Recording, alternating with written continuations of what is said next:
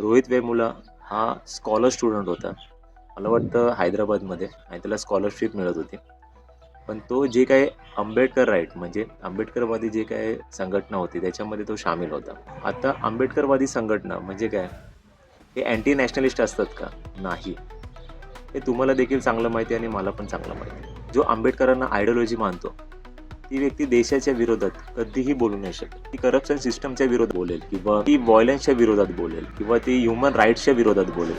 पण ती देशाच्या विरोधात कधीच बोलणार नाही. कारण की ती जी व्यक्ती असते ती आंबेडकरांना त्यांचा आयडियल मानत असते. आणि अशा रोहित वेमुलांनी आंबेडकरवादी जी एक संघटना होती त्याचं प्रतिनिधित्व करत होता.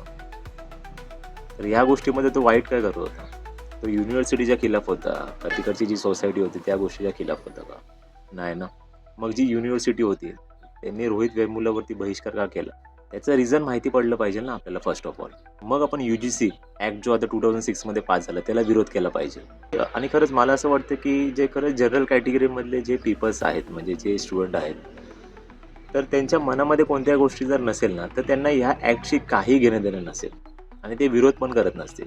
पण हे विरोध करणारे लोक कोण असतात? त्यांच्यामध्ये अजून पण ब्राह्मणिझम जी मेंटॅलिटी असते म्हणजे आपणच सर्वोच्च आहे, ही जी मेंटॅलिटी असते ना, अशा प्रकारची जी लोक आहे ना त्यांना UGC बिल आहे ना याबद्दल आहे ना खटकतात.